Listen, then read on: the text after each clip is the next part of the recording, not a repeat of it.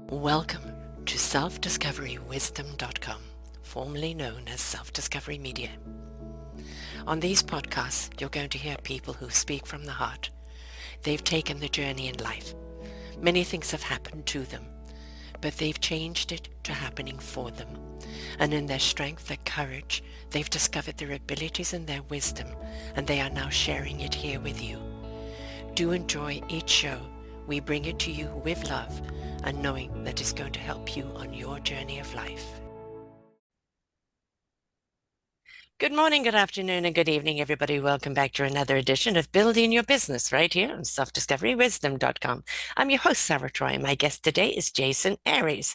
He is the go big formula. What does that mean? Well, he says, how free offers are costing your business big dollars. Everybody thinks that we have to offer something free in order to entice people in. So what does he mean by that? He is an accomplished entrepreneur whose journey began in 2017 when he helped a photographer studio triple their sales, averaging while reducing their time they spent with clients. This early success fueled Jasen's passion for innovation and risk-taking. In 2019, he raised funding and launched businesses that impacted millions of people across several continents, all while embarking on a 10,000-mile road trip across the US with his family. This ambitious undertaking showcases Jasen's determination to push boundaries and take calculated risks. So we're going to be talking about his podcast, which he launched in 2021, the 25 status niche on Apple iTunes, but just really quite honestly, the ability to see what's needed to be done. And, when you're in a business, you're in it, you're working on it. And sometimes having that outside view in from somebody else, being able to see it in a way that we can't because we're in it. We're taking day-to-day things and dealing with what we're dealing with in the moment, right? But having someone coming in, this, that, etc., that, extra eyes, a different perspective, an ability to see where it can go and what it can do and how it can get there. Has that been something that's always been with you? I suppose so. Um, my dad had his own business, and so the entrepreneurial kind of spirit's always been in the house. I remember even like when I was much younger, like 16 years old, having a construction cleanup business that I would go to people's houses and do things. So the problem solving has Mm. always been there. Um, I mean, there might even be stories that I could share about how it didn't work on my Yeah. behalf in school, because I would, like, especially as like a young child, I would invest a lot of time figuring out how to do things Mhm. quicker in the long run, as opposed to just getting it done right away. Yeah. I, you know, um, I do think that people are quote quote designed, for what they're meant to do, and the journey of life, the self-discovery is what is that? What is it? What is the gift that we've been given, and how are we meant to use it, and whom is it for? Who is it to benefit? And I think very often society dictates that we've got to go down this road, and this is what success is deemed as. And instead of actually understanding the gift of who you are, what you are, and how you see things, and, as you said, from an early age, you could see problem solving. And they're really a good business is knowing actually there's always going to be problems. There's always going to be issues. It's how to see those and switch them around or change them around or delete them altogether. Yeah. And that requires a different type of vision for what not everybody has that ability. Well, it's interesting. Like, I think I'm just kind of thinking back through all of this. I haven't actually thought through this part of my journey, maybe ever. Um, I think that there's a struggle of not, like, of seeing other people's problems and wanting to help them, figuring Mhm. out how you can help them, but not turning their problems into your problems. Yes. Yes. Yes. That detachment. It's really it's Yeah. really hard. Like, Yes. I think the part that I'm excited about where I'm at now is that I've been on that side so many times. I've been Mhm. in the spot of trying to make other people's my problems so that I could fix them, because I knew how to fix that problem, and it Yes. just gave me more problems. And so I've been on that side of, like things didn't work and things didn't feel right, like as an entrepreneur. Like it's this with entrepreneur, business owner, that the word entrepreneur gets thrown around like all the crazy time. anymore. So I'm even hesitant to use it anymore. But um, it's it's definitely a journey, and it hasn't been like a quick journey of like, hey, this just works. Like I made a little bit of money when I was doing construction cleanup, but it was not really any real money, and it was a lot of hard work. And then, one thing led to another, and the photography, and sometimes that worked, and sometimes that's failed. Like it's been an experience more than anything. And the word failure gets thrown out a lot. And for me, is that if something didn't work, but you've learned the lesson from it, you've come away with something from it, that's not a failure. That's just a redirect. Failure for me is when you give up and give in, right? And you don't get back up and you don't Sure. pursue something else. And you You know, have no, okay. I might even add to it further that you have no intention of getting back up. right, right. If Like the I think, finger pointing, this happened to me, so yeah. therefore I can't. Yeah, I think laying down and quitting for a little bit is good. Like I actually yeah, went through a phase, not the coming out of like the COVID and stuff, and I was like, I need a break. Like yes. I need to not have the responsibility of being a small business owner and an entrepreneur. I need to like recharge. Mhm. And it'd be really easy to kind of look at that as like, oh, you failed, but I didn't fail. Like I never had any intuition that I was gonna like not get back into the Right. game again. So But you it was paused.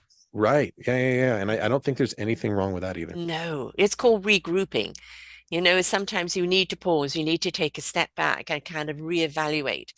I've been charging down this road. Yeah, I had a certain amount of success or this or that, but what's it costing me? And am I out of balance because of all that I'm giving? How do Yeah. I regroup, review, and then redirect? Yeah. So I think it's very And important that people take that pause. the magical part to all of it is that without having taken that break, like Hmm. it was in that break that Hmm. has put me exactly in this spot now. That is the first time I've felt extremely comfortable in what it is that I'm doing. So, Yes. so it's, I don't know. I've always, here's an interesting thing, Sarah, as you and I've talked, I've always struggled with the difference in entrepreneurs of there's some people that say you have to go with what feels easy, and then there's Hmm. another group that says success is found in grit. In fact, there's a great TED talk on it if you Hmm. look up grit and TED talk. So it's like this endless this endless drive of I'm not going to give up. I'm going to go for what I want, and constantly looking for what fits and not fighting against the grain. It's that is my biggest conflict as an Hmm. entrepreneur. Like when am I supposed to quit to pivot, Yes. and when am I supposed to fight through it to get through the better stuff on the other side? I hear you. I've been in that spot myself. The vision that was given was so utterly clear, and nothing wrong with the vision at all. But what it was is who is going to be a part of that vision, when, where, what, and how, right? So is it this person? Is it that person? Is it here? Is it now? And you kind of, well, I'll just give it more, I'll just give it a bit more, try a little harder. And then you get the pushback. And it's like some people will give up on the vision, but Mm-hmm. no, the vision isn't what the fault is. It's just you're not allowing things to come to be. Very often, Sure. I think if we just allow and go, when the time is right, and when I pay attention, the people that are meant to be a part of this will come. Yeah. But when you're pushing all the time because you have the vision, I've got to do it, I've got to do it this way. Oh, I'm struggling, I must be doing it right. Then I think that what we're doing is missing the message of what the vision is Sure. altogether. Yeah. I like that.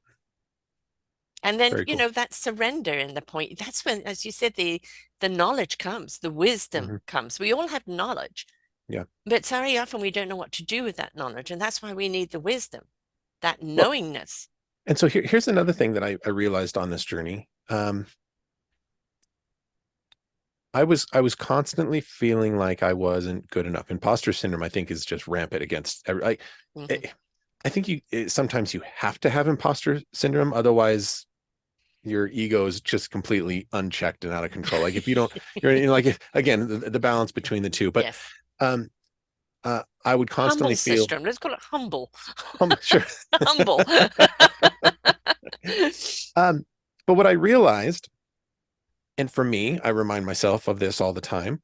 Um, my goal is not to necessarily be a coach or valued by the people who I look up to, but instead, if I can look back, if I was to ask myself 5 years ago, hey, if you can accomplish these things in the next 5 years, would you feel successful?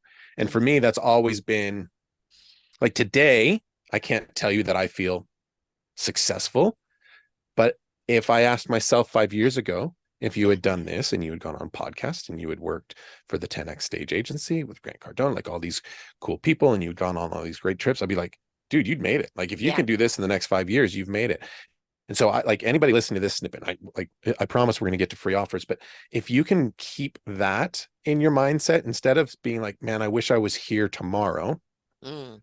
instead go back a year to 5 years and Yes. ask yourself, if you can accomplish everything I've done in the last year or 5 years, would that have sounded successful to you?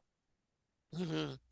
I've always say whenever you're stuck or at a crossroads in life and you think, oh gosh, I'm here again. What am I doing wrong? Stop and pause, look behind you. Look how far you've actually come. Yeah, That reason why you're stuck or paused at the present moment is to actually acknowledge how far you've come, but not to make a rash decision in the next moment, yeah, right? Because we make those rash decisions. Well, I've got to keep the momentum up. No, life is in waves, life is in rhythm, right? And yeah. sometimes that down wave doesn't mean you're in a downfall. It's just building up the energy to go up the next wave. And so we're not meant to be pushing, pushing, pushing, pushing, Right. because we Yeah. don't have the energy for that. And I think that's when we make mistakes. And sometimes if you can just be in the same exact, people have rough years. Mhm. If you can just be in the same spot that you were a year ago, like you haven't grown, but you haven't shrank, that in itself is a level of success. Just being able to stand your Yes. ground Yes. or not fall back as far as you could have. The fact that you're still, I'm sure that there's people out there that are like, I didn't even think I was going to make it through the year. Like that is Yeah. success that you made Yes. it through. Exactly. And through no fault of their own, very often, yeah, I've invested in a lot of businesses and obviously they haven't worked. Uh, but it was when in the hindsight, when you take time, when you come out of it, the why, why me? Sure. And then you take that time out and you look at it and you go, oh, okay, that wasn't meant to be. That wasn't meant to be. But what I learned along the way, the direction that it actually put me in, the skills that it equipped me with for this new direction is what the whole journey was all about. Yeah. And so again, the failure thing. But let's talk about this big formula because everybody's looking for a big formula, right? They're Hmm. looking for something that's tried and true and it can be applied to every business. And what is the big formula in your mind? Well, if I'm being totally transparent, when my partner and I were working on business names, we didn't want to come up with anything that was difficult to remember or difficult to understand, right? Right. There is we're talking a lot about this like yin and yang ebb and flow thing today. Um, uh, sometimes to connect with people, you have to give them something that is somewhat familiar Hmm. at the risk of being the same. Yeah. So you know what I mean? Like, Yes. so Yes. so we could have came up with something. I had a business, photography business a while ago called Moire Photography. Nobody knew how to spell it. Nobody knew what it was. Like, and it sounded cool. And like there was a story about it, about how my wife and I met and like all these kind of things. And so because Moire is another word for fate and blah, like all this kind of stuff. But we were constantly explaining that instead Mm. and losing people potentially. Right. So when we did the Go Big formula, everybody's obviously familiar with go big or stay home, and Yes. people like the idea of I, formulas because it yes. implies that there's something that's kind of figured out and that this is going to work, and like there's almost a science behind it. Hmm. And that's kind of where we came up with. the name as Mhm. opposed to anything else. It was like, let's put a strategy behind keeping it simple and then put things together. The formula that you're talking about um, was more from the idea.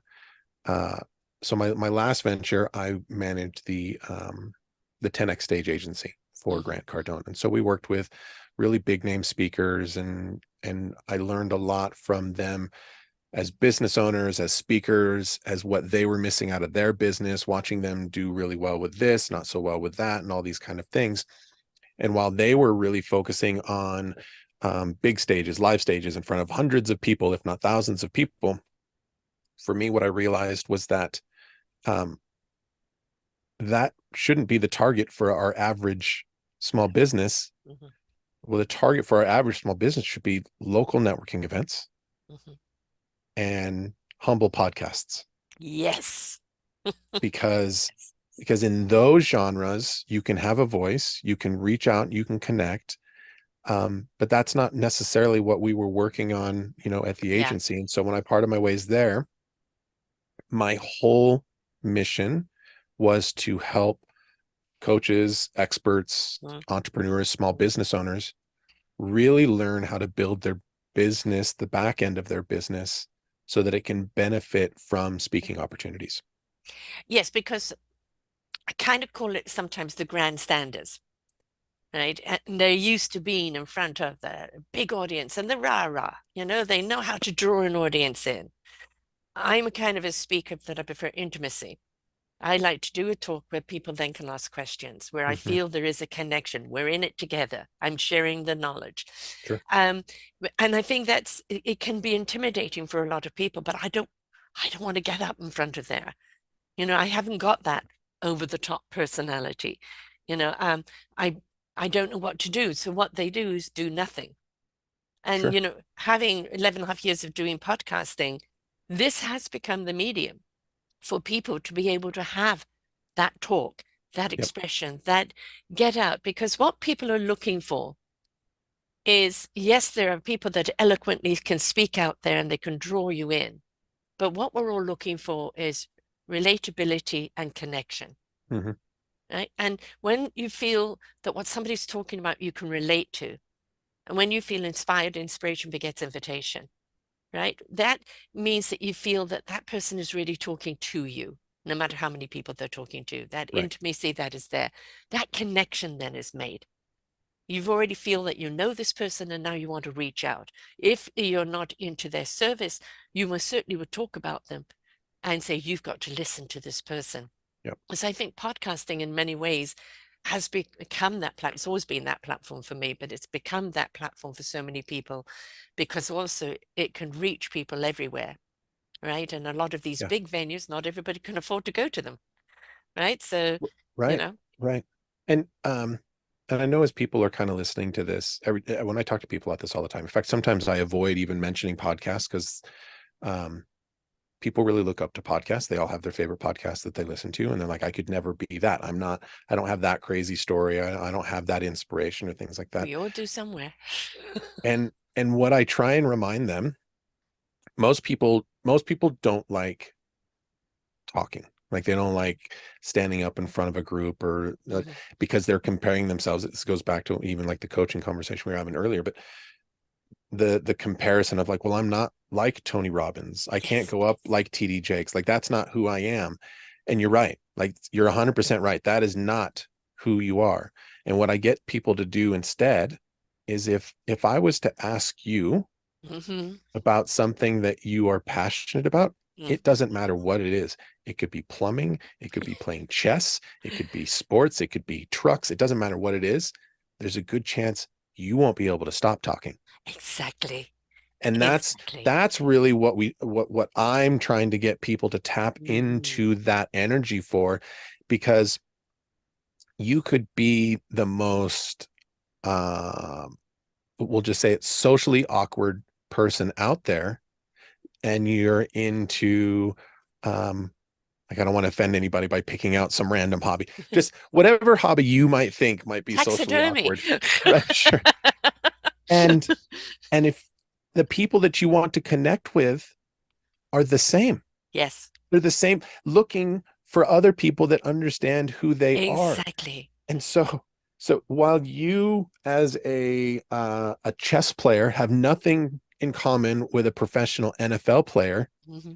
the NFL player holds no value to somebody who wants to have a conversation about chess. Exactly. And that's the beauty of the podcasting is the fact that you can choose. I've got 18 different genres. People can Yeah, choose the topic they want to listen to. You know, they can look at the content and go, oh, this sounds interesting topic. I want to go here. I want to listen to this. And that's the beauty of it. And you know, for me, I mean, everybody has a voice. Everybody has something to share, no matter what it is. And that sharing of it is never underestimate the impact it's going to have on someone else, right? And as you said, when somebody really talks in passion, when they really love what they're doing, no matter what it is they're doing, that's authenticity. That is what's felt. That's where that inspiration and invitation is, because people are hearing you, but do they feel you? yeah, 100%. That feeling is important, never underestimate. I've had what I call grandstanders on. They're used to public speaking, and it's off they went. And Yeah, it's like, this is conversation here. right, right, right. And you try and get a word in and try and steer them back, but they're so used to being the grandstanders that it was like, kind of, why are you on the podcast? You should just do a podcast on your own and put it out because, Sure. that's it. And I think there's another thing about podcasting of people actually understanding why they're on it, what it is they want to share, but whom they're sharing it with, right? 100%. Make sure you're on the right podcast, that people can address your subject or at least ask the right questions. That, because I call this layman shows. It doesn't matter who you are. I want everybody to get something from it. Not having somebody that's such a high expert in one thing, it leaves many people behind. So I'd like everyone to get something out of it. But it's important that you don't just go on any old podcast. It's got to be a podcast that really will honor who you are and what it is you're trying to say. Yep. And they're out there. Like that's the other thing that's wild to me. I'll talk with a lot of our clients and they're like, where am I going to find that podcast? And I'm Yeah. like, I promise you there's at least 10 of them. Like you would have to be in such an obscure niche to not find 10 podcasts that are interested in what you do. There are over how many millions of podcasters out there, especially Yeah. since COVID. Everybody came up with one, right? Yeah. And there's a lot of people that find out how much work it is. So, That's they started it and they dropped it because that's it's a whole work, nother folks. topic. Exactly. Uh, and good intentions, but hey, no, this is not for me. So again, I think it's also do your own research of whom you're going to be on, and that means maybe listen to a podcast. Yeah, Is this somebody I would want to? Because what is this a podcast? It's a conversation. Is this sure. somebody I want to converse with? Right? Yeah. Well, some of the advice too that I give people when they're first getting started into this, even if they've been doing it for a little while and they're changing their mindset of like how to really partner with a podcast, take anybody that like if you have a podcast that wants to have you on their show, Hmm. take it, learn what it's like to be on a bad podcast. Yeah, Like yes, they're there's out there. there's there are few things as uncomfortable Yeah. as essentially being on a phone call and it's being recorded and it's going to be something special and the conversation just falls completely flat, Yes. Yes. right? So like learn what that is, learn what it is to be on a good podcast, learn what it is to try and interact with a host as opposed to run the conversation, as opposed to one of the things I really work with, Sarah, is to not let the host overrun you Right. as a guest. Because a Yes. lot of times the host is so gung-ho and they're used to working with people that struggle in conversation Hmm. that they'll move the conversation that kind of is away from where your strengths and passion is. Right. Have you ever Exactly. been on a have you ever been on like a morning talk show like on the news, like a local news? Yes, in the past I have, yes. Oh yeah. Like that's exactly what I'm talking. If you've ever been on a news station, you don't actually get to talk. They're going to like throw things at you. You get 2-second answers. But And then before you know it, yeah, gone. before you know it, they're like, okay, cutting to weather. And I they're know. off. Yeah, and generally a kind of completely nothing to do with what you're there Nothing. for anyway, Right. right? Um, this is actually what I said through COVID. All your talk show hosts started doing Zoom talk shows.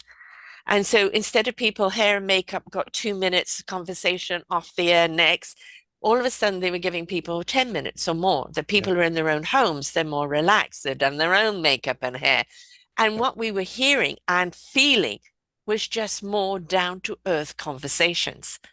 Yeah. And I think that it was beautiful to see because people were more relaxed. They weren't worried about, am I sitting properly? Is my makeup okay? Is my hair all right? What's the next question am I prepared for? Everybody was more relaxed. And I think that's the gift that podcasting gets. It's done from wherever you are in the house, or on the phone or in the car or wherever it Right. is. I've even interviewed somebody that was in the bathroom. She was in Paris Very good. and couldn't get back to her apartment in time, so she went into the bathroom and she did her entire interview on the loo. So, we can always make it happen. But I think that's another thing, as a podcaster, is to make light of something. If things go wrong, calls drop, this happens. For me, it's always own it, make light of it. Don't make the person feel uncomfortable. Don't feel, oh, it's all got to be perfect like it's broadcasted. No, relax. It's a conversation between people. Life happens. It's huge. Shoot happens. Authenticity reigns supreme today. Absolutely. I mean, we are just bombarded with inauthentic energy everywhere. And like, and we actually seek to consume it, whether it's Yes, on TikTok or whether it's on like all of these artificial worlds that we're I just know. bringing in. And so if you can combine authenticity with a little bit of vulnerability, then people will just suck that up. And I'm going to switch over because yes, we will talk about the free gift, which very often people when you're going on to be on a show, and they send you the question form, and this is another thing. I'm not a question answer. Yeah, yeah. I've asked people content, so we know where we're going with it, but it's organic. And what's the free gift you're giving away? Well, why do we have to give away a free gift all the time? You've just given away an abundance of nuggets of information, right? So this whole thing is that I'll only listen if I'm going to get a free gift. What are we conditioning our audience to do, Sure. right? Let's hit that before I'm going to go off in the other area. Um, so well, okay, let me make sure I'm answering your question. I believe free gifts need to be a tool to support something that you taught an audience. Hmm. So like when you're speaking, it's not and this is where we'll kind of like we can segue in, but the free gifts that we're trying to give to people may be valuable to us, but they're not necessarily valuable to our audience, or they're very Exactly. valuable to us, but it's at a or valuable to our audience, but it's at a cost to Yes. us. Yes. So like there's all of this imbalance. Um, so again, like so we're conditioned to want to do. I would never say it's something for free. Hmm. Like I'm really trying to gather my thoughts on this because the condition of, well, I'm going to listen in the hopes of getting something Hmm. for free kind of comes off negative, Yes. but I think it's in exchange for time. Like the people that are listening to this podcast, they are really giving us the most valuable thing that they have Yes. available to them, and it is Yes. their time. Yes. And so for me to discredit that and not return something that I hope to be more valuable or make an impact in their lives and in their time, to me that's insulting. Hmm. So when you're on a podcast or when you're teaching to something to somebody, like you have to really make sure that you are going to make an impact in their life because they had gifted you with their time. That's how I feel about all of that. So kind of, I look upon a free gift, and a lot of people do this, the free giveaway. I just do have a free giveaway. And most of the time, the free giveaway is a video people can listen to Mhm. that they can sign up for some of their free time. of coming in on something, um, something that is the next stage in the conversation. Hmm. Right. So I think then that's a two-way street. You've just given your time in sharing your expertise, right? So that's already the gift given. And then if there people want further from that, is this is my free giveaway where you now can download this or you can read that or you can do this or we've got a 15-minute free call. That's the next level. And I think then that invites the people that want to go further. Not just, Sure. I want the freebie, I want to go further. I want to know more. I want to get more engaged with this. So for me, it is about where else does it take you and is it mutually beneficial? 100%. So Yeah. so yeah, I mean, one can give away that free gift, but is you don't want people just jumping in to get the free gift and nothing else. It's got to be an engagement of, I think, of the next step in the next level. Why are you doing the podcast? You want to engage with people. You want to invite people in. So you're offering them that next step, which I think is important. But what I did want to talk about when you were talking about the platforms, TikTok and this and that, and like nowadays there's this one coming up and that one coming up. Sure. And it's just, you have to choose your platforms. And I notice I see you just on LinkedIn. And LinkedIn is great for businesses. It's also really become in the last few years very interactive, very Hmm. supportive, which it didn't used to be like that, but it's become like that now. I choose my platforms that I'm interactive with, and that would be Facebook and LinkedIn. And then the others are kind of just postings, places for postings. Yep. But I had this question the other day, are you on TikTok? I've got millions of followers on TikTok. And it's like, do you? Does that translate to Right. millions of people actually listening to you? Because TikTok is a few moment sensation. How can it be a full hour or more of content? Maybe Right. I'm just old. I don't know what Uh, it's. okay. So here's the thing. Um, you have to see, everybody says this. You have to know who your audience is. Yes. The number of times that I've heard all of this, and one of my frustrations when I work with coaches is that they will use catchphrases like that Hmm.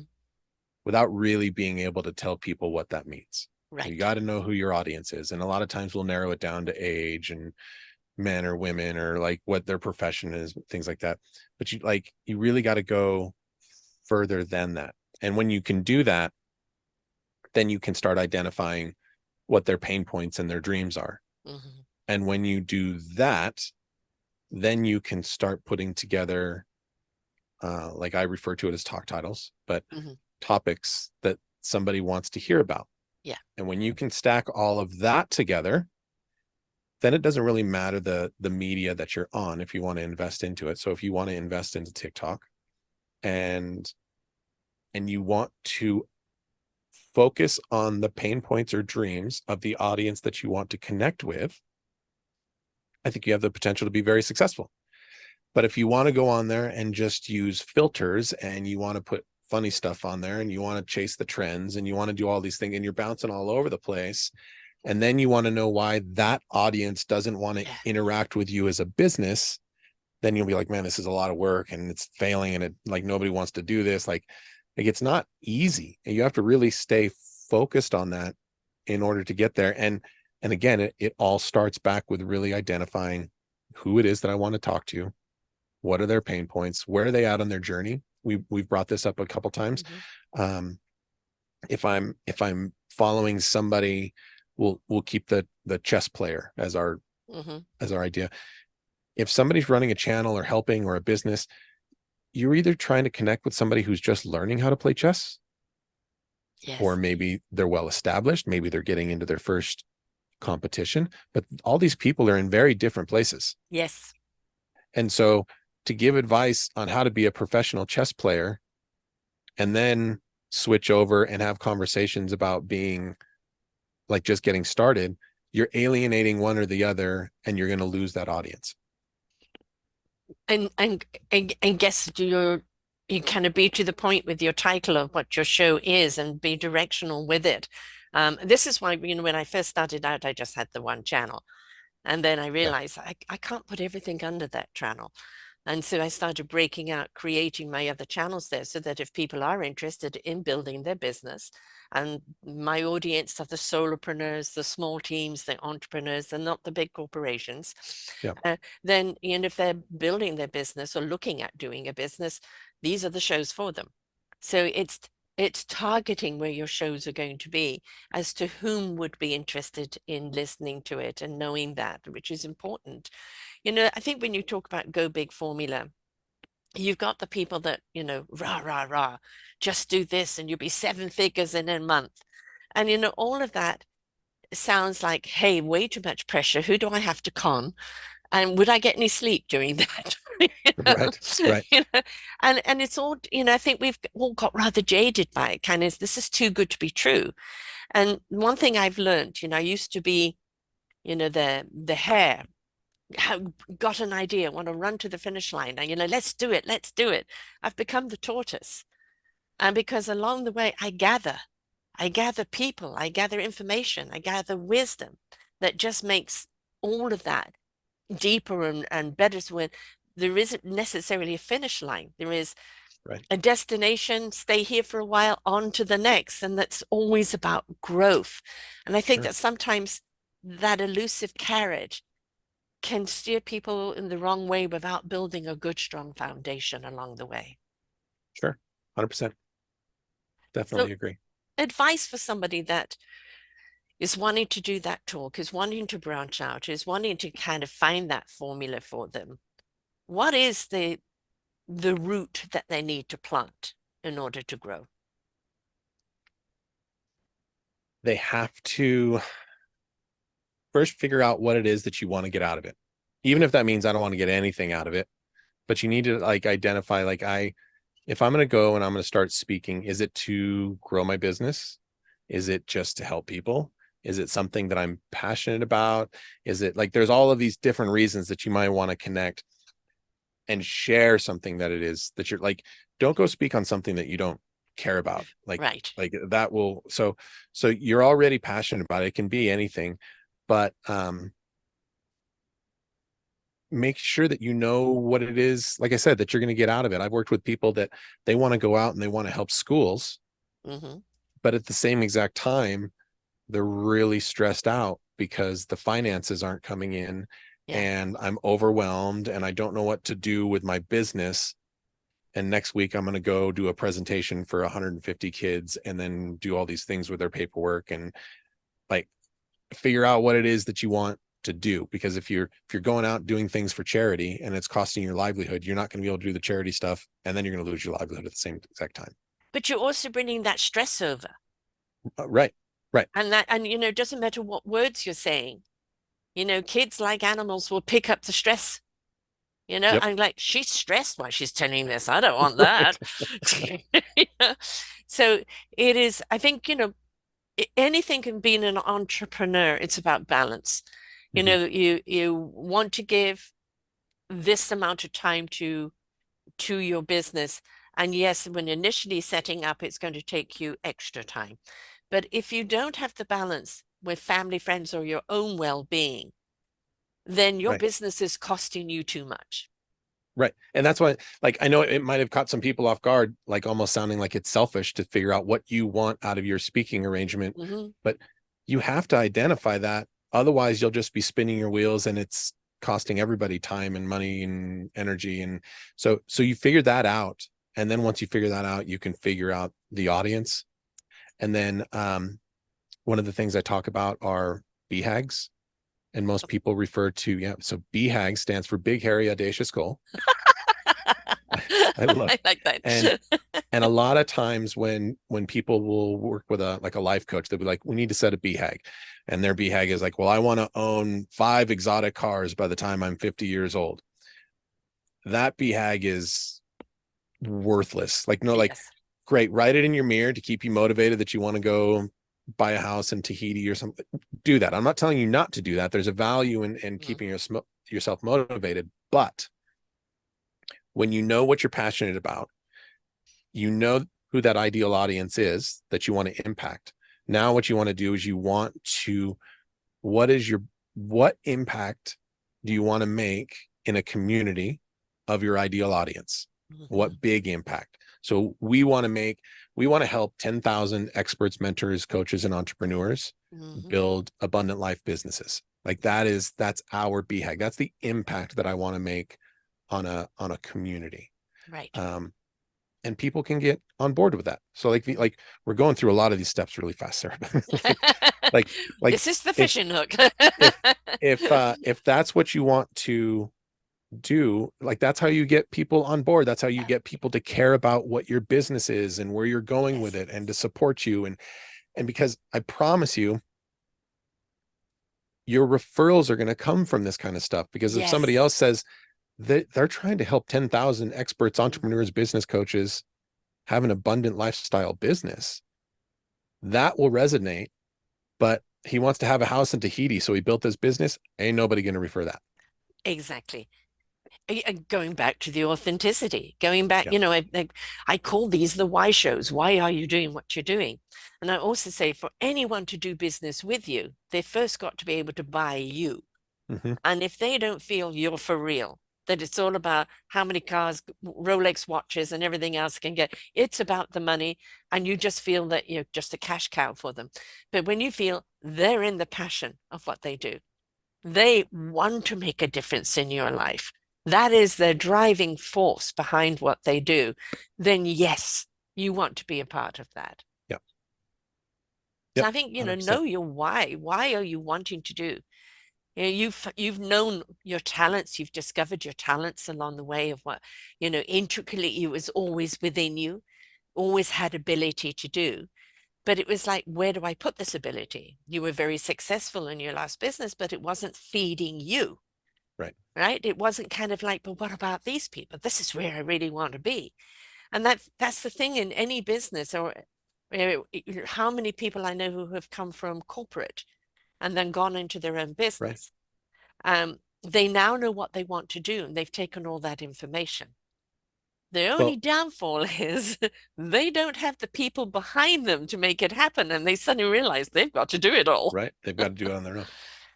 What you're talking about, I actually is one of the first things that I take people through in an exercise of identifying who that audience is. Hmm. And a lot of people will be like, okay, let's take a look at all your past clients. Who spent the most money with you and like all these different things. A lot of times that will lead you to people that you aren't interested in working with. Right. So defining your ideal audience by just looking at your existent client base, I wouldn't always call a good exercise Hmm. Hmm. because you may have built a business. I was talking to a girl that had done fairly well on TikTok. She'd built an audience of, was it 50,000 or 500,000? Anyways, and the entire audience was people that she didn't enjoy being around. Exactly. So like you don't want to monetize that. You want to figure out who you do want to be around and who you Yes. do want to spend time with and then build that audience, even if that means throwing away the audience. Like I've got an email list of 12,000 people that I built that they all just wanted free stuff. They had Yeah. nothing, they had no desire to do business with me or interact with my brand. It was because I'd made all these other mistakes, but I had to throw that all away. Exactly. And that's okay. 100%. That's Have to do it. okay. If you're starting off on a new journey, a new entrepreneurial journey, and you know why you're doing it. People say to me, whom do I interview? Because you have such diverse shows, Sarah. And I said, all those that come from the heart. If your heart is in it, you're really wanting to make a difference in someone's life. And this is the path that you've chosen. And that equals illumination for someone, then that's all that I need. It's why are you in it? Where's your heart in it? And then build your business around that. Because the people that made you the money, they were maybe just the cash cows, they're just the Yeah. money. But you want people that are going to respect your expertise and what you're feeding them. It's a two-way street. Forget the e-commerce of energy that you want to have with your clientele. That will expand far faster than anything else. And to take it back, those people are where you were 5 years ago. So that when we Yes. were talking about where you're feeling if you're successful or not, you need to be talking to you Hmm. a year to 5 years ago. Like that is your audience. Yes. Exactly. Do you, Oftentimes, not 100%, but yeah, oftentimes. but do you want to go back there? It's Sure, sure, as I sure, sure. said, all the businesses that I have done, they were all good intentions. They all had great validity, and they all could have been very successful, and they weren't for X, Y, and Z reasons. And the biggest reason was I wasn't meant to be on that path, right? And I think this is where people who have made a lot of money, who have had deemed the greatest success, why are you leaving that job? You're so successful of it.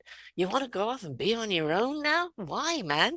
And it's like, because that cost me my heart and soul, and I want my heart and soul in everything I do. Right. Yep. That's the discovery that we would like people to have, because people can feel that.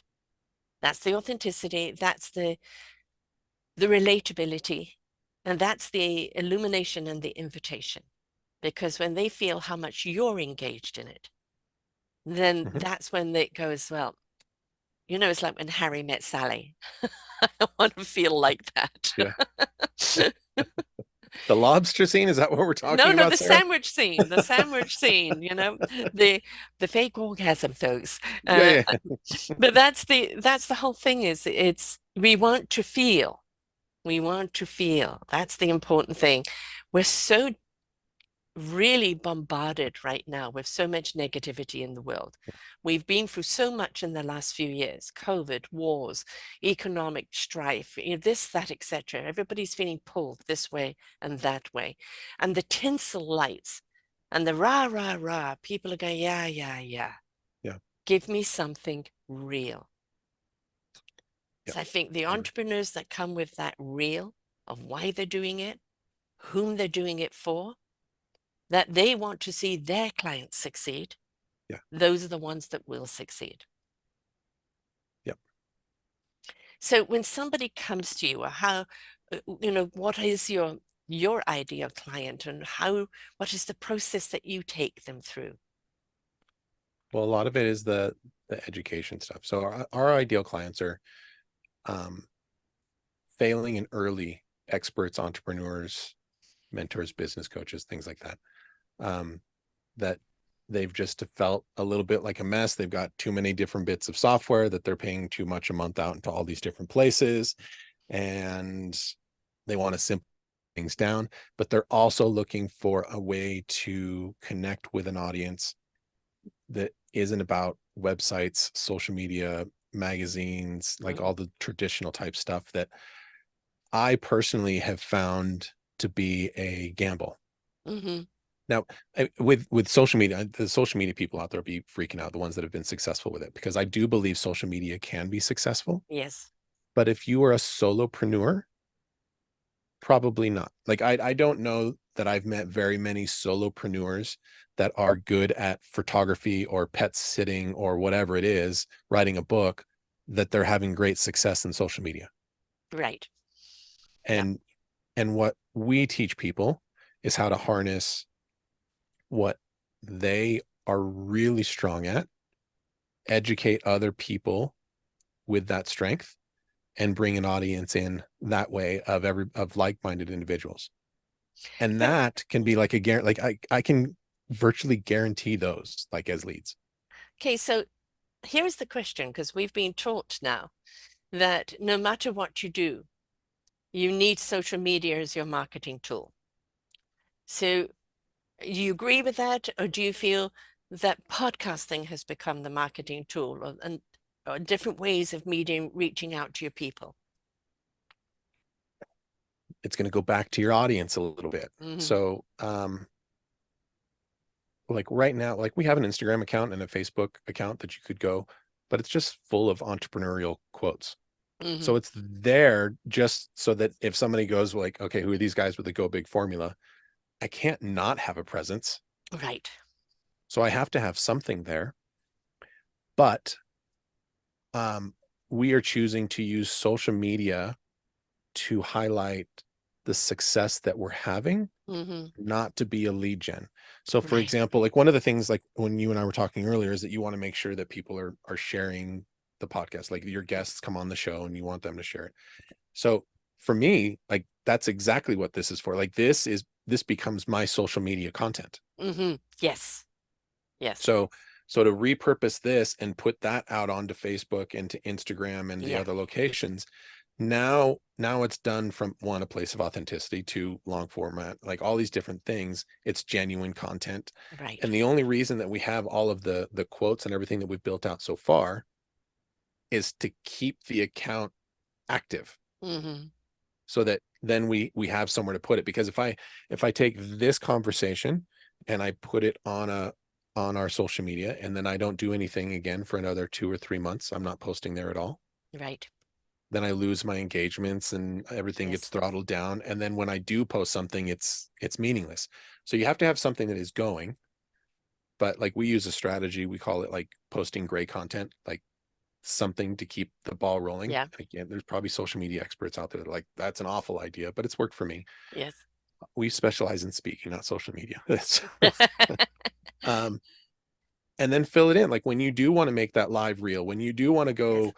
go put a genuine content, when you want to do something, you have the platform without the big gaps.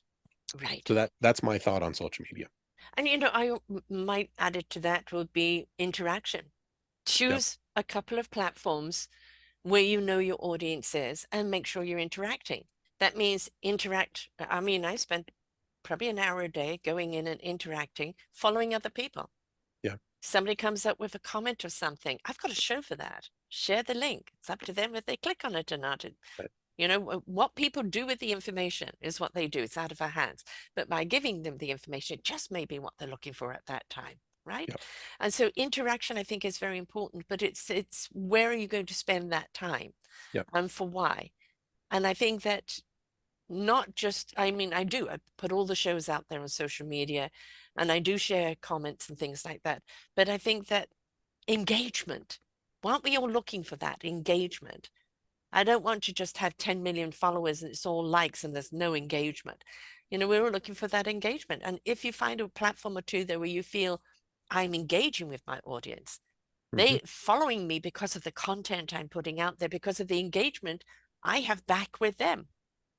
I make it a point for everybody who makes a comment to comment and a thank you for the comment, right? So you have to look at, do you want to spend that amount of time? Can you delegate that to somebody else to do? Though there is a warning with that. Somebody just shared a story that she was engaged with somebody, and then she finally got to meet them. And she said, I love the conversations we've had. And she goes, who are you? It was her assistant doing Right. the engagement under her Yeah. name. Now, what does that do for the person? Immediately distrust, Yeah. right? So if you are hiring 100%. somebody to do something, make sure that it is open and honest. But I would Yep. say take some time to be authentic and be engaging. But Yep. I'm with you on putting the shows up. The shows are all up there. Yeah. Absolutely. Love it. So there's a lot to think about. We've covered, surface of a lot today, and that was the whole point because I want people now Yeah. to go back to you and go, tell me more. Yep. Um, I totally agree with you that kind of stepping out of the big rah-rah and the talking to the big audience that are rah-rah over what they hear, but what do they do with it? And I think kind of the more intimacy of podcasting, of speaking in a way where you feel the relatability is there, the authenticity is there, the Sure. engagement is there, is the way to go because that's what people are looking for. Are you speaking to me? Yeah. Am I willing to listen to you because I feel you're speaking to me, even if it's on a subject I don't know anything about, but I'm intrigued You because can I get like people what it is you engaged have on to new say. things. Sure. Yes, Yeah. exactly, Yeah. which is really, really important. So if somebody is wanting to go down this path, what is the first step they do? What is the process that you take them through? Well, do we have time to talk about the free offers and why Yes, people are yes, using them so poorly yes. today, it seems? So so I believe that every business or speaker should have at least one free offer, an irresistible free offer. My experience in working with speakers over the last couple of years was that most of the time people want to give something that's valuable, but it takes too long to implement, Yeah, or it's just not beneficial for one side. So um my advice, like, two things like every free offer like has to have. It has to be quick to access Yes. and it has to be valuable. Actually, three things. And it has to create a quick change. Mm. Mm-hmm. And so most of the offers that I talk to people are like, well, I sit down and I do a consultation with people. And for me, it's an awful free offer because you're asking for another commitment. You're asking like, well, I need you to go in, I need you to check your calendar, I need to make sure that you're Yeah. not going on vacation, I need you to do all these things. And so you're putting people in this place of, I'll look at this when I get home. Mm-hmm. Okay, so bad free offer. The other one, books and journals. Mm-hmm. So if you're giving away like a book or as a journal as a free offer, if somebody takes advantage of it and you want to follow up to see how things are going, I would argue, I don't know, Sarah, how many people do you think actually read the books that they get as a free offer? Mm-hmm. 1%, 5%? Yeah. And so you're building in an easy excuse of like, I haven't read your book yet. I'm so sorry. And you're guilt. I'm not going to schedule anything with you. I'm not going to even take the next step with you because I haven't read Right. your book. I haven't Yeah. filled out the journal. Mm-hmm. I'm behind and Yeah. you're adding guilt, right? So Yes. your book, very valuable to you, but it takes a long time to take advantage of, Yes. right?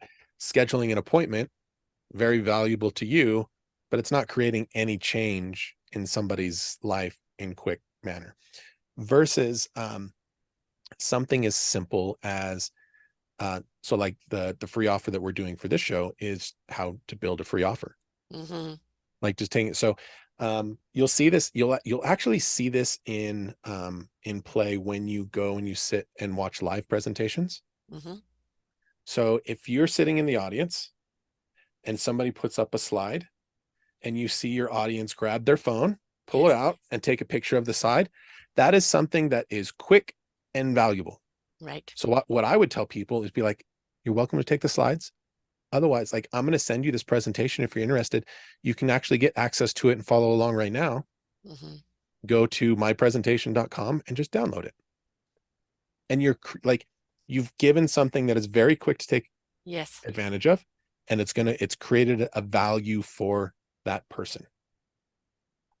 Does that make sense? And yes, most certainly, because Yeah, also what it's doing is reiterating what the talk was about, sure. right? Because very often we're so caught up in the talk that we haven't taken notes or what do they say afterwards? Because I was, they said this and I've forgotten what they said over there. And so having something kind of that reiterates, that solidifies, then it's like, yeah, Yeah. now I can take action.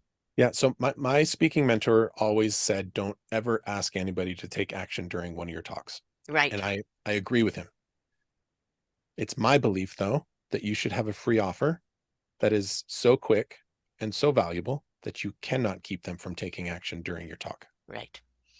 Because ultimately, like if we're just being selfish business for a second, our goal is to generate leads so that we can Yes. connect with people. Right. And so whatever you can do to get that lead, and so like we always suggest, you're going to go and you're going to teach somebody something. So uh, during this talk that I've had with you, even just in the last couple of minutes, hopefully somebody's learned. They've learned that it needs to be quick and it needs to be valuable. Yeah. And then we have a tool. Is it okay if I give the link here? Yes, of You're good. Yeah, course. okay, good. So if you go to buildfreeoffers.com, it will walk you through exactly how to build your own free offer. And I want people to have that. Like that's my goal, is that everybody uses this, because this for me, this is the big difference maker. Now you like understanding the audience and understanding their pain points and all those things goes into building the free offer. But if you can really figure out what's something quick, what's something valuable, and give that to them very quickly, now you're able to collect leads without handing out business cards. So Exactly. when I say that free offers are costing businesses big business Mm-hmm. or big dollars, it's because people keep on trying to give away books and Mm-hmm. consultations. Mm-hmm. And like it's all of these free offers that people are like, like cool, I'll do that later. Later is like the death sentence for Yes. any free offer or business. Yeah, because people get caught up with life and just don't get back to you. So it Yep. just doesn't happen. Something that's quick and easy. Just about everybody has a phone. And if it's easy, if it's, even in a podcast, I'll be putting that link up right there, having it right there that people can immediately do it straight away.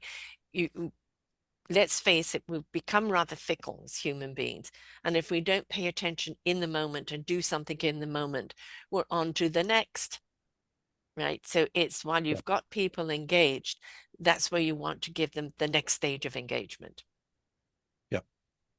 So very important to have.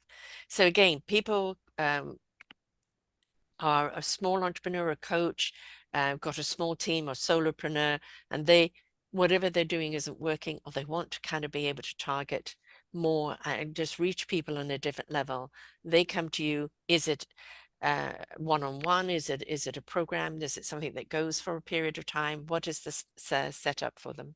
So the base program, you can sign up and be a member, and until December. So it's only $100 a month until December, and you get 30 days free. So you can sign up 30 days free.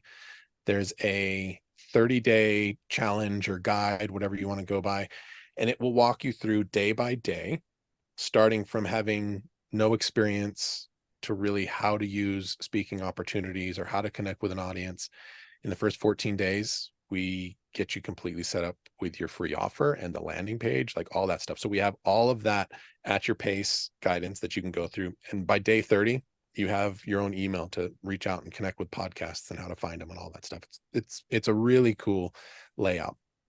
The other thing that was really important to me when we did this was not just saying, hey, build your free offer, and now I need you to go to ClickFunnels or something like that to go build it and learn that software. We provide the software too.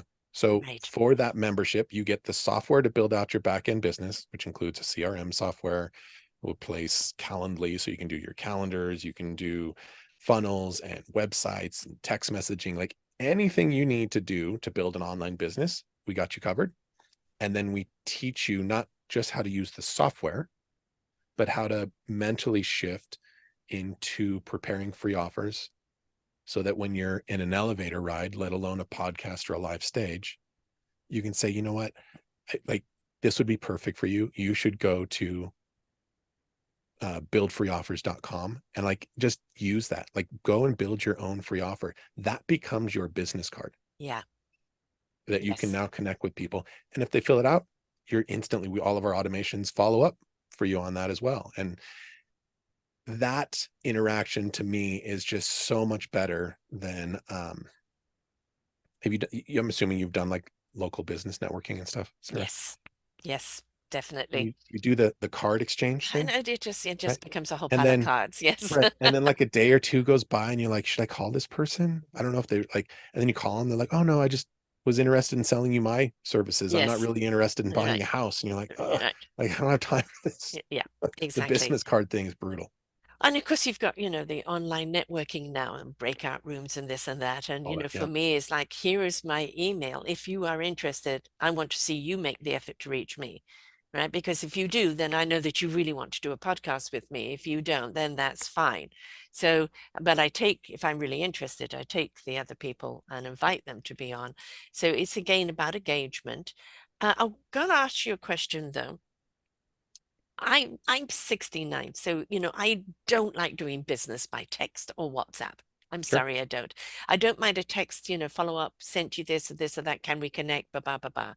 Yeah. Or down on social media. But for me, when it comes to content and really kind of setting things up or sharing content, I'm still an email person.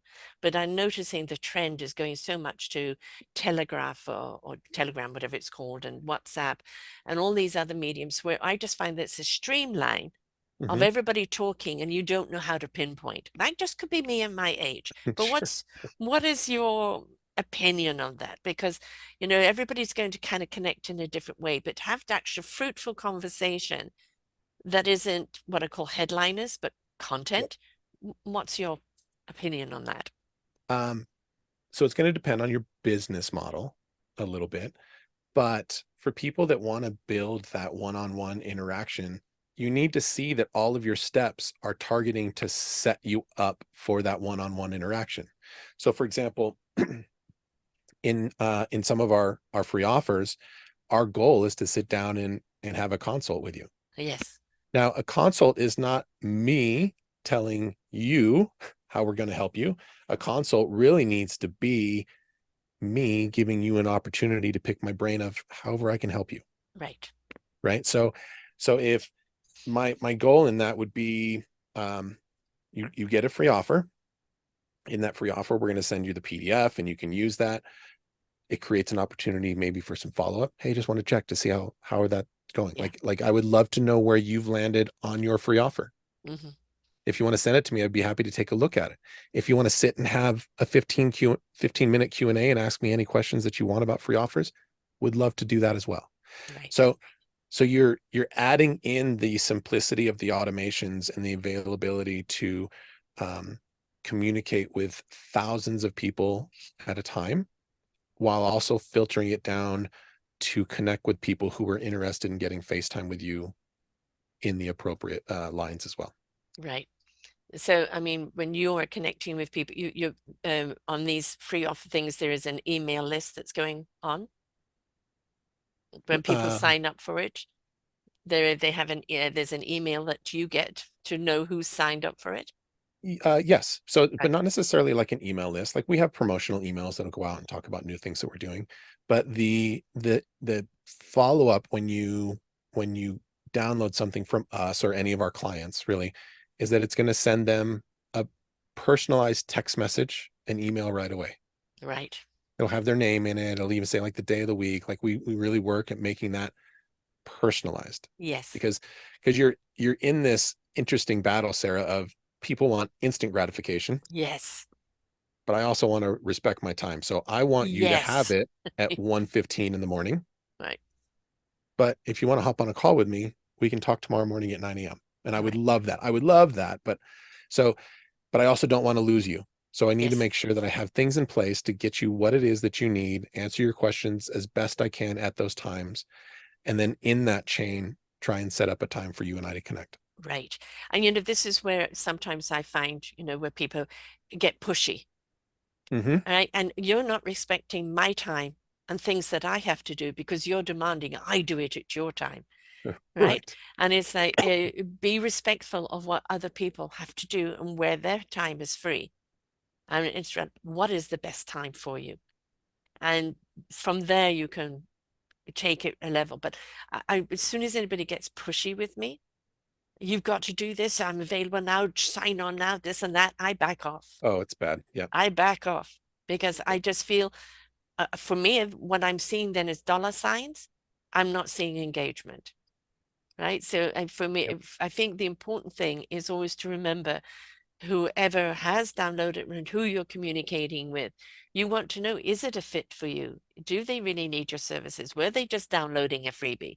All right. Right. And can it go to the next level? And that means respecting the boundaries and the time and the engagement. And if they make the time to want to book an appointment with you, then you know they're interested. Yep. Right. But don't get pushy, folks, please. And don't, here's another, we've touched on this. Don't let your clients be pushy back to you either. Yes, yes, yes. When I was in the photography industry is convinced that clients only want photo sessions uh, on the weekends. That's the only possible time they could do photo sessions. And I would remind them, I said, wait. What do these people do when they need to go to the doctor or the dentist? Because I know Yeah. doctors and dentists are. So you're telling me that your clients will take time off of their day to do something they don't want to do. Hmm. But if you give them a positive experience and celebrate their families, they're not interested in taking time off to do something they love. Hmm. Like let's change it. And so make sure you set those boundaries as an Yes. entrepreneur and stick by them. Right. Otherwise, it's all going to fall apart. You'll be an unhappy camper trying to Yeah. trying to Don't run on everybody assume. else's schedule. Yeah, Don't assume. Ask. Entrepreneurs may work at the weekends, and their weeks are free. You don't know what their schedule is, right. right? I try not to work at the weekends. I'm still working, but I don't do shows at the weekends unless it's somebody from overseas, this, that, etc. And that's the only time period that we have. Otherwise, that's my boundary. I had to learn 9 to 5. Yep. Otherwise, 100%. it's so easy to go on and on and on. No, Unless it's absolutely urgent, I get something out, that computer is shut off. I'll Yeah. check the emails. Is there anything urgent? No, it can wait for tomorrow. Have Right. your own boundaries in place. Yeah. Otherwise, you have burnout. Yep. And then you go, well, this was all going so well, but I didn't balance myself. I didn't spend enough time. I'm rejuvenating myself, poured everything into that, and I burnt out. That doesn't benefit anyone either. Nope. So Nope. step Nope. by step, right? I think that's another thing to remember is there are times when you can take a leap. It's a good time to take a leap. But I think the step by step, methodically, step by step. What's the next step? What's the next step? I can take a broader step here. This one needs a small step. Pay attention to your steps. Stop looking for, you know, the Tahiti home. Look at Right. the step by step Right. Right. Right. because you ain't going to get there unless Right. you actually methodically take those steps and make sure you cross your T's and dot your I's Yeah. right, along the way. Yep. So people want to reach out to you and they want to say, I need your services or I want to speak to you. Where do they go? What is the Uh, well, they obviously can go check out gobigformula.com, and there's a bunch of information over there. They can find me on LinkedIn. Like that's probably the best place to connect with me directly. You can connect on Facebook and Instagram to the brands as well and things like that. But I'm on LinkedIn, bouncing around there all the time, kind of helping people with this and that. Um, and shoot me an email. I'm assuming my email might be attached to this somewhere as well. Yes, it is. It's Jasen, Jasen, folks, Very not good. Yeah. O-N-E-N, at gobigformula.com. So you can reach out there as well, gobigformula.com, and obviously on LinkedIn, Go Big Formula. That's where I went wrong when I was looking for you on LinkedIn. I was putting the name in and I couldn't find you. So, I think that's the important thing is that you want to build your clientele and initially, you may take more time with your clientele as you're getting into your flow, into your rhythm, what kind of clientele you want. But you want the kind of clientele that has such a great experience, they're going to refer you, right? And you want people, whatever podcast you're being on, and that you're sharing out with people, like you've got to hear this. Other people are going to share it because they're inspired by what you have to say. And that means always keep it real, always be yourself, be in it for the right Yeah. reason, and keep that authenticity there because, don't try and be someone else. Everybody else is taken. We want you, why Yeah. you're doing it. Where's the heart in it? Because if the heart's in it, we feel it, right? Everything follows 100%. Everything else follows. Everything else follows. Absolutely. Thank you so much for sharing with us here Thank you, today. Sarah. It's been a delight having you, and we've covered a great deal of things and a Oh, lot we've of been nuggets, we've hit a lot of spots. a lot of spots today, which is great. And I hopefully I have people to bring it up. benefit. So Mhm. it's been in my mind since it happened. I mixed up two Tom Hank movies on you, and I was referencing Splash, Right. and the two different restaurant scenes. So my apologies. I knew exactly what scene you were talking about. If you haven't seen Splash or Sleepless in Seattle or You've Got Mail or any of those Tom Yes. Hank movies, you should go check them out. Tom Hanks is just awesome. He's one of my favorite actors. He's so versatile. But again, he's actually a great example of no matter what role he plays, except for the one in Elvis, the villain. Yeah, that was Excellent, interesting. Yeah. excellent role. But it's always Tom. Yeah. You can buy him as the character, absolutely. But there's just something innately beautiful about his heart is in it, no matter what his role in, and it's Tom's heart. Sure. And that's why we draw to them. And we want people to draw to us in the same way because people know our heart, the why we're in it, that we really are serious about helping people, and that we really want to give our clients the time they need to be enriched and abundant in their own lives. Right? 100%. Love it. So that's what it's all about. So thank you so much for being here. Please, folks, reach out, right? The gobigformula.com and or on LinkedIn, reach out. There's so many solopreneurs and coaches I know that listen to this, and you've tried this format and you've tried that format. You want one that is, quite honestly, step by step, methodical, that will grow on itself, that will enrich as it grows, and then really benefit your company in a way that you perhaps didn't see coming. All right. So So, give them a call, drop them a line, take that next step because that's what it's all about. taking the next step. So until next time, folks, bye for now. We hope that you enjoyed the show. There are so many more for you here on selfdiscoverywisdom.com. Just go to the podcast tag at the top there and you will see all the many genres and all 3,000 shows ready for your listening. We are here to serve you, to help you on your journey of life, and we know that through inspiration it begets invitation. We are supported by you, the listeners, and those that we interview. Anything that you can spare us in donation would be greatly accepted, and we do hope that you enjoy the next show.